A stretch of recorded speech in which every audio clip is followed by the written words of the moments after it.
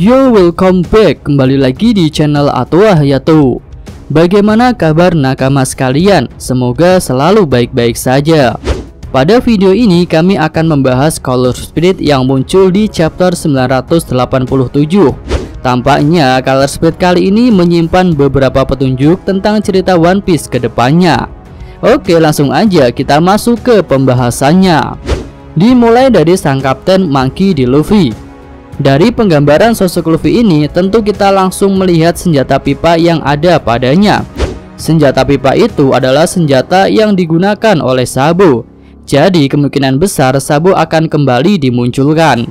Apalagi nasib Sabo saat ini masih tanda tanya besar, karena di chapter 956 orang-orang yang mengenal Sabo pada menangis. Lalu menurut kami pada Color Spirit ini kemungkinan ada dua clue yang berkaitan dengan Sabo. Pertama, Sabo akan datang ke Wano, tentu saja untuk membantu Luffy. Jadi kemungkinan arti pertama senjata Sabo dipegang Luffy adalah ibarat Sabo sendiri yang datang ke Wano untuk membantu Luffy. Lalu kemungkinan arti yang kedua adalah Sabo benar-benar tewas pada pertempuran di Mariejoa.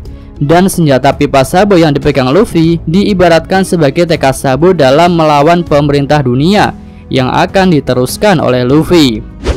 Jika melihat kabar menyedihkan tentang Sabo di chapter 956, kami rasa kemungkinan kedua lebih masuk akal, karena alasan orang-orang yang mengenal Sabo jadi menangis akan terjawab, dan Luffy juga cepat atau lambat akan melawan pemerintah dunia seperti yang dilakukan Sabo saat ini. Lalu bisa saja ada kemungkinan bahwa Sabo telah tertangkap dan dia tak bisa melawan pemerintah dunia lagi. Dan seperti poin yang kedua tadi, Luffy akan meneruskan tekad Sabo untuk melawan pemerintah dunia. Lalu selanjutnya hal yang kedua masih tentang Luffy.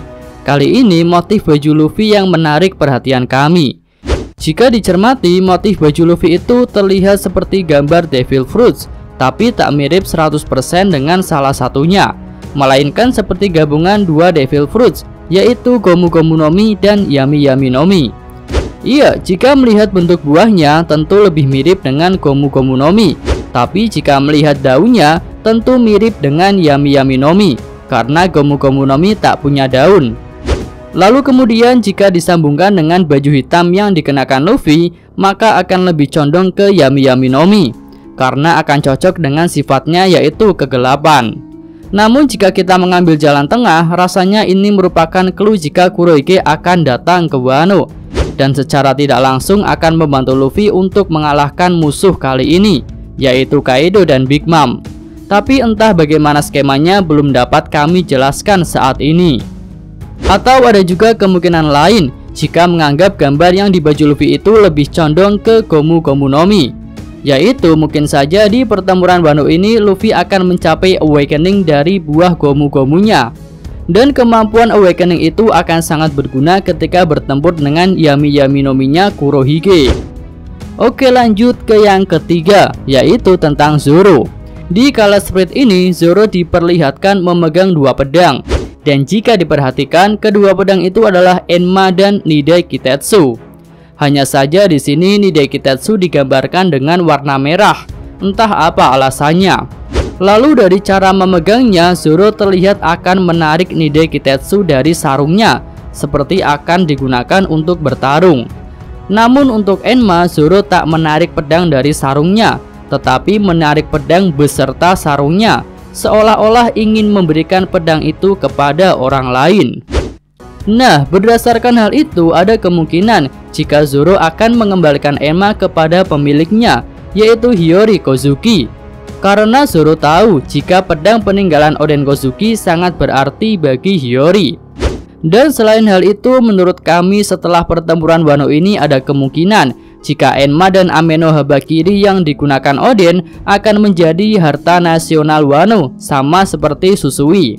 Karena tentu setelah fakta yang sebenarnya terungkap, nama klan Kozuki akan kembali bersinar di Wano, dan bisa saja Oden akan dianggap sebagai legenda yang melindungi Wano, sama seperti Ryuma. Jadi karena kedua alasan itulah kemungkinan besar Zoro tidak akan membawa Enma.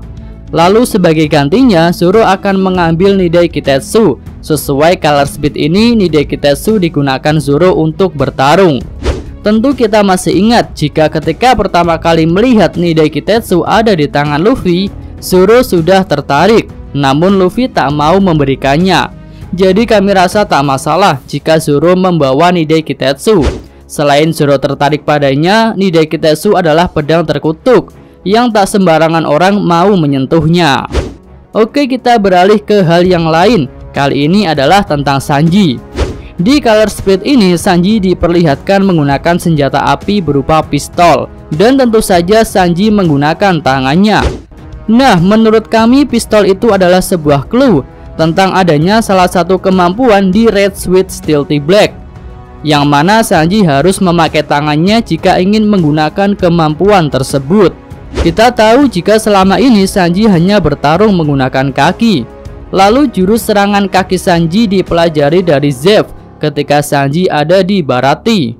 Namun Red Sweet Stealthy Black sudah dirancang sejak Sanji kecil, bahkan mungkin sebelum Sanji lahir. Tetapi karena Sanji dianggap sebagai produk gagal dan minggat dari rumah, maka dia tak pernah menggunakan Red Sweet-nya. Lalu jika kita perhatikan, saudara-saudara Sanji bertarung menggunakan tangan dan kakinya. Jadi kami rasa Red Sweet memang dirancang untuk bertarung seperti itu agar lebih efektif. Jadi besar kemungkinan Red Sweet Stealthy Black yang digunakan Sanji juga memiliki kemampuan di bagian tangannya, yang mungkin akan digunakan Sanji pada pertempuran Wano ini.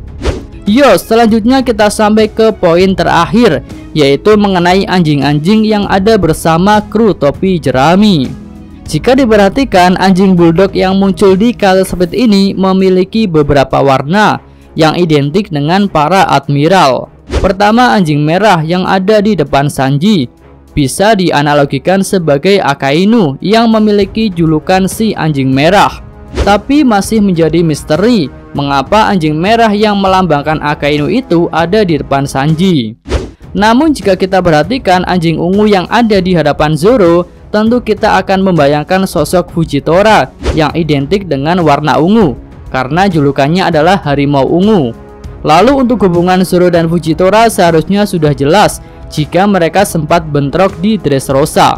Dan jika suatu saat Fujitora kembali muncul, tentu Zoro adalah lawan yang tepat.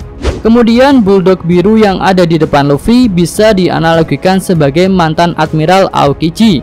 Iya, nama Aokiji sempat menguat sebagai salah satu pihak yang akan membantu Luffy di arc Wano ini, dengan menganalogikannya dengan cerita legenda Momotaro. Lalu selanjutnya bulldog yang terakhir dan juga yang terbesar adalah bulldog berwarna kuning. Tentu warna kuning jelas sekali cocok dengan Kizaru yang memiliki julukan monyet kuning. Mungkin alasan bulldog kuning dimunculkan paling besar karena Kizaru memiliki kemungkinan paling besar untuk datang ke Wano, karena dia sendiri sudah pernah meminta izin kepada Akainu untuk pergi ke Wano. Namun saat itu Akainu menolaknya. Tetapi jika ada misi resmi dari pemerintah dunia, tentu Akainu tak bisa menghalangi Kizaru untuk berangkat.